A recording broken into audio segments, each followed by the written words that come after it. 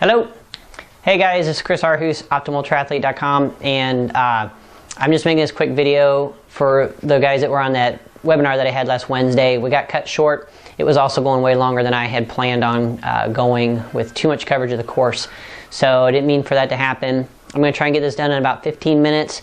You might have seen it, the battery died if you were watching the bottom right corner there on my laptop. I thought it was plugged in, so that's why we ended up losing the whole webinar there for the second half. So I did get your questions that when I had asked the question when you guys registered, I couldn't find those answers until after I got the report for how the webinar statistics were afterwards. So that's what I kind of want to go over now, is answer those, because a lot of them were what was going to be in the second part, or what I was getting to after the training part. So a couple of the questions that we had were how to get to the next level, how do I get faster, training by heart rate, then of course the individual and team time trial tactics, and how to handle 306. So that's the parts that I really wanted to cover, were beyond the actual training portion of it, because those are just, intervals, strength work and such. There's a lot of different ways to do that, and it's hard to cover that in a webinar to give you guys a whole program for that. It was just to kind of give you some ideas of what's out there. So I'm going to go through the section here that we have about real quick explain one of the interval sets. And one of those interval sets was the 2 times 3 sets of 3 minutes on, 3 minutes off. Okay, it's a simple red left to right equation, and basically what you're trying to do is during these 3 ons, these ons are efforts at and around your anaerobic threshold. So somebody did email me later, said, well, the terminology sometimes is confusing.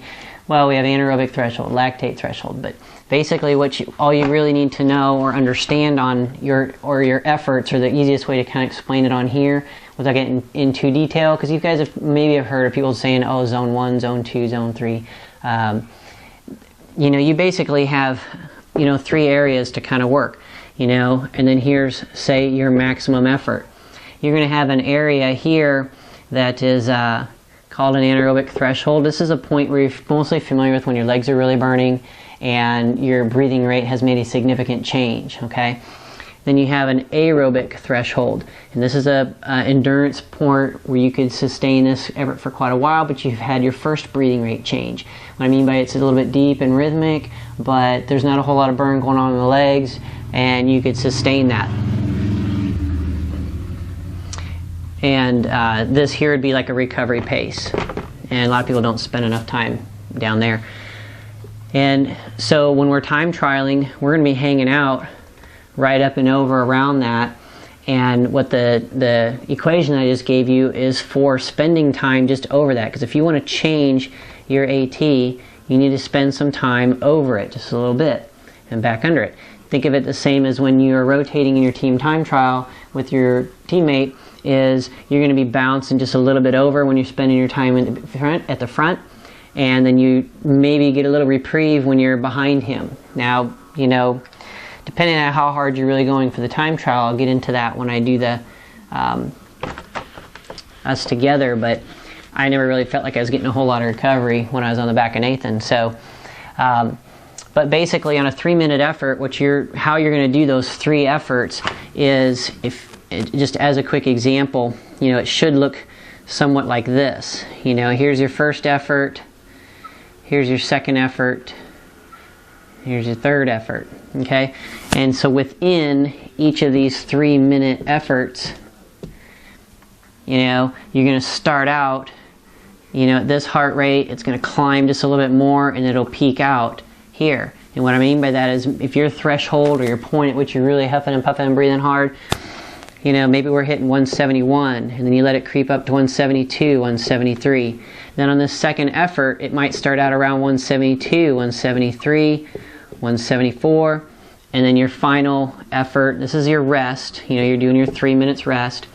And then here is when you maybe still are hitting 172, 173. but you may even creep it up into 175. So each set kind of progresses, because this first set you do never really feels the best, and your body's not fully opened up. But that's kind of a quick explanation of how to do those efforts. What I kind of wanted to get into was the team time trial, or the individual time trial, and tactics and pacing. And I'm just going to cover the team time trial portion, because it's the effort that you're putting out for the individual time trial is basically, it was explained to me one time about time trial, and the more you do time trialing, the better you should get at dialing it in. So if you're only doing these, once or twice a year, you're probably not getting the most experience. I'm from Nebraska. We used to have a 10-mile time trialer every Tuesday, and I just learned how to dial it in from that. But typically what happens is somebody will take off out of the chute, and they'll go way up here, kind of blow up, recover, come up again, heart rate, legs overload, blow up, come back under, and then up like this again, and then back under, and then they're going to produce a time, say around a 15:15. The problem is the average heart rate for that is, say, a 168, and they kept hitting 175, 173, 171, 175, something like that. And the lower number was 161 when you recover and finally make your legs feel like they feel better. And that's what it produces. But what they found through testing was, if you actually just brought yourself up to that 168 gradually, a little bit, not quite so spiky, and kept it here, maybe a few times just barely over because of some of the climbs or some of the hills, but you're not making big explosive changes, and it stays right there. Yes, it's going to kind of burn real steady because you don't get these little easy parts here where the legs kind of get a little recovery, but the time can be knocked off a full another minute just by not getting that load and recovery time. These are what costs you time. So you have to remember that on the event. So on their team time trial tips, we got your start. You guys remember I said in the webinar, you guys are starting with a ramp, and so you head down that first hill and you're going to be taking a right pretty quick. So stay together. That's kind of the big thing between the riders. What we see is a lot of riders are out and here's their partner, and he keeps looking back, and there's all this space here. It's a team time trial. You guys should be together. There's no reason to be that far apart. You need to communicate, and don't be eyeballing, looking straight at his back tire. Okay? That's how people are going to crash, cross wheels, or whatnot, because you need to look through the rider. It doesn't mean you can't glance down once in a while, but use your peripheral vision to see where you're at and get the maximum amount of draft that you can. So you guys need to communicate to each other, and it could be just short things. If your teammate's starting to leave you, or they're pushing the pace a little too much, because it's rare to get both people real close in ability. But I mean, it can be just really quick, like, I'm off, nope, not coming through, or something like that. And so when you're doing your rotation, this will be an aerial view, and as you're pulling through, this rider shouldn't have to be accelerating too much to get through. If you're maintaining your 22 miles per hour, this guy shouldn't have to be going 24 to pull through around this guy. What happens is you should sense that he's starting to lose his speed. Now, there's been talk, people say, oh, I'm going to spend 30 seconds at the front or 2 minutes at the front, and then we'll rotate. We've tried that. Nathan and I tried that quite a few times, and we just never end up following it. We do what we can based on how we're feeling that day and who can sustain longer efforts. So you basically are going up there until you're kind of cooked. I mean, and every time I'd come to the back, I felt like that was my last pull, almost. And he would go up to the front. I'd get just enough relief in my legs being in the draft, and then I could sense when he was starting to let up, or he would throw me the elbow, which is just to kind of go like that to let me know that it's time for me to come through. And all this rider needs to do is barely back off, soft pedal a little bit as they pull to the side and let this rider come through. You're not trying to expend a lot of energy in the rotation. This person's not accelerating to get around them, and just the same as once this person moves up to the front, and so now this guy has come to the back, this guy should not have to stand up and accelerate to close a big gap. Is it going to happen? Yeah, once in a while, the timing will happen that way. But again, the more you guys practice together, the more you can kind of get a feel for this. But everything should be happening as subtle changes. Don't be yelling at each other and getting mad at each other. I mean, there's times I would tell Nathan, I can't come through yet. Can't come through yet. I need another minute, you know, or something like that. You don't want to try, you know, pull through when you really shouldn't, and then completely implode, and then off the back you go. So the next thing is how the road curves. So that's not a good one. So say there's, I think coming up into turn 2, you know, there's a little curve in the road like this, and then we curve up and around like that. Shortest distance between 2 points, straight line. So if there's any type of curve in the road, then don't try to exactly follow the curve. I mean, look straight down and just do the straightest line. Boom, right through it. You know, it's probably not the best of them, but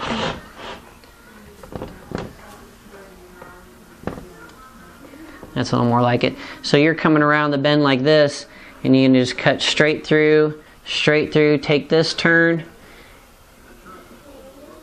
like that, maintaining your speed. So cut the corners as much as possible. I don't condone going to the other side of the road. There are some places where visually you can do so, but if there is an official out there, you probably get disqualified for crossing over the center line. And again, you know, change when you feel that it's a good time to change. So if you're on the downhills, there's little bitty downhills. If you're getting good momentum behind your teammate, I mean, that's what you're getting from the draft. Don't start braking and braking and braking as you hit the bottom and go up like that. Just go ahead and use your momentum and roll right around him. Shift to a bigger gear maybe and just roll around and stand up and kind of punch it up the hill a little bit. The rider behind needs to know that that's what that person's going to do and already needs to be.